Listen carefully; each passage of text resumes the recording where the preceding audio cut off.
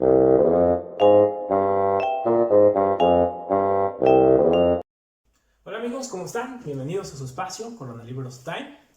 Hoy es un día muy especial para este programa y para mí, porque es cumpleaños de mi hija María Fernanda, mi hija mayor, que es la que me ayuda a grabar y con la que inventamos este programa y con la que, diseñamos un poco el concepto y se las quiero presentar. Ven, pásale detrás de las cámaras. Y es mi hija María Fernanda, cumple 16 años y es la autora de este programa.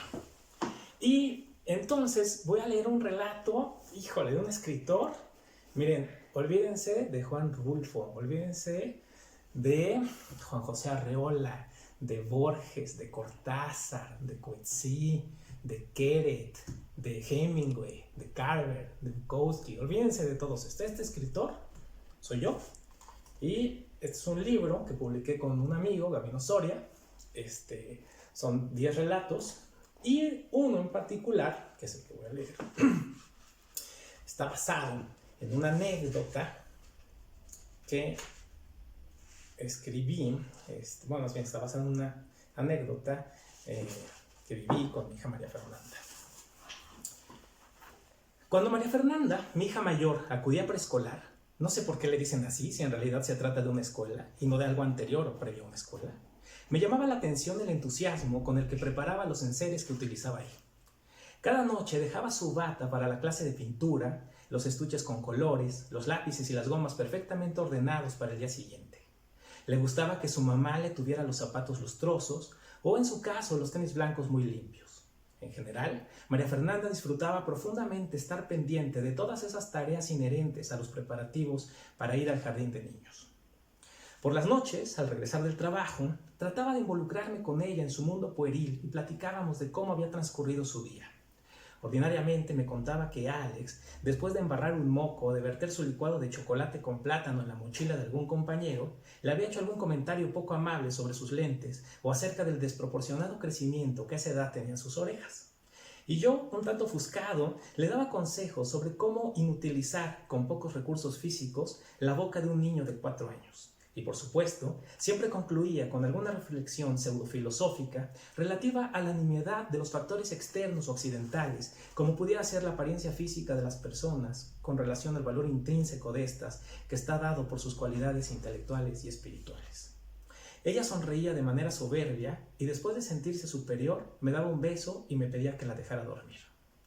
«Papá, dice la Miss que necesita hablar con ustedes, contigo y con mi mamá», me dijo un día.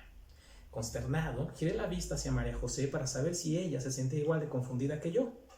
«Claro, mi amor, ya leí el recado que envió tu Miss y ahí estaremos tu papá y yo», aseveró su mamá.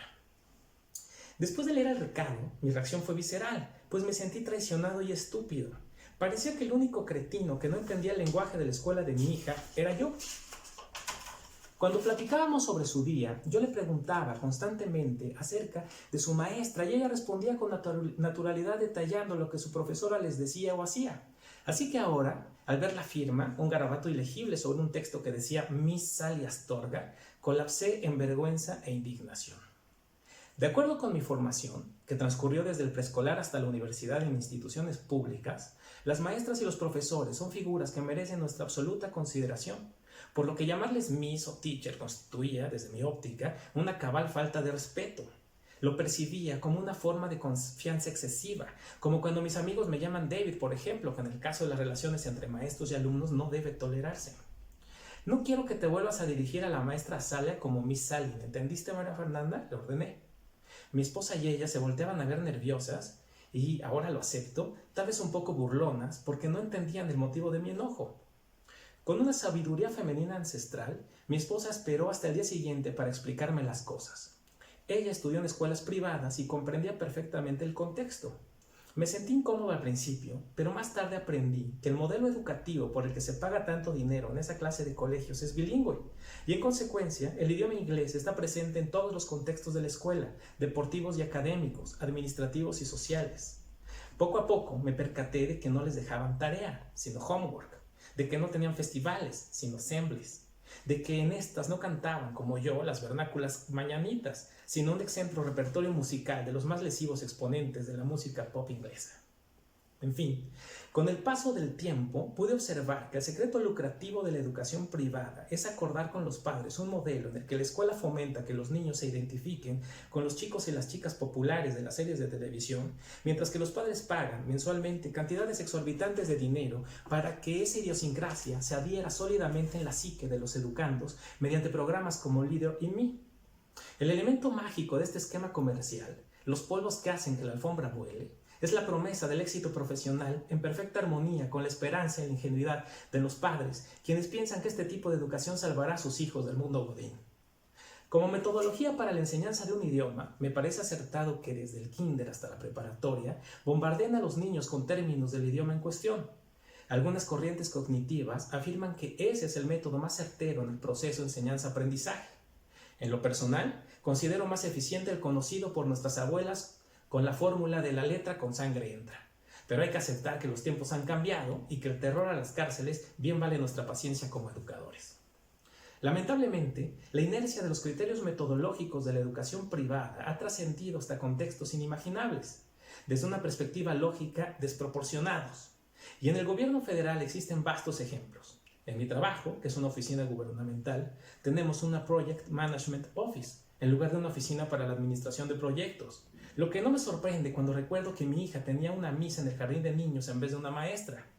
Realizamos Request for Proposals en sustitución de las solicitudes de cotización, lo que me parece en cierto sentido obvio cuando pienso que a María Fernanda le dejaban homework y no tarea.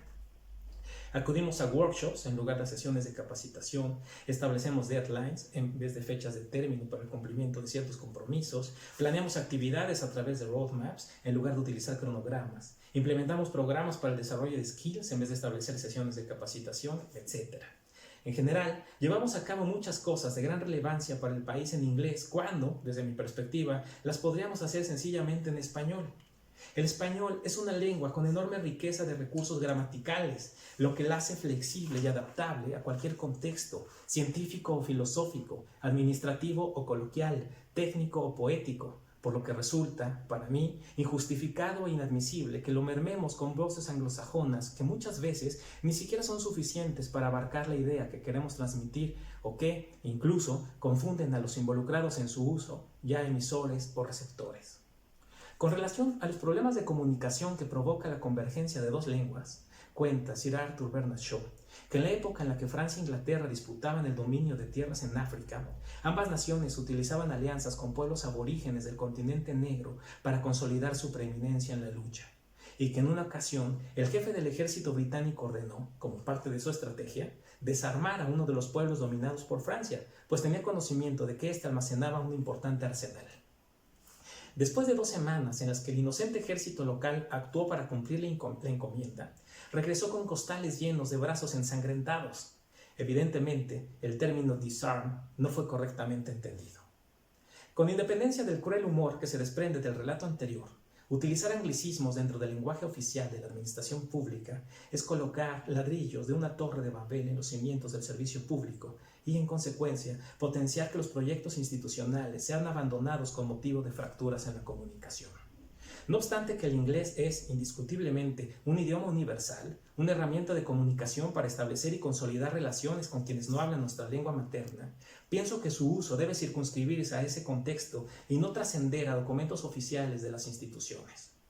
Para concluir esta breve apología de nuestro idioma, y que pretende mover a reflexión para privilegiarlo respecto a cualquier contaminante lingüístico, cito al maravilloso poeta León Felipe, quien dijo: «Porque queremos seguir soñando como el Quijote, por eso vamos a hablar nuestro español, el fecundo y florecido que nos legó Sor Juana, el de la calle coloquial de millones de latinoamericanos anónimos que cantan, conversan, discuten o vociferan, inventan palabras en la lengua de nuestro mestizaje. Vamos a hablar tan alto, agudo, estridente como se requiera, o tan quieto, pausado y suave como se necesite». Ojalá que les haya gustado y ustedes notarán una incongruencia con esta postura. El programa se llama Coronalibros Time, pero ahora ya conocen a su autora. Ojalá que les haya gustado.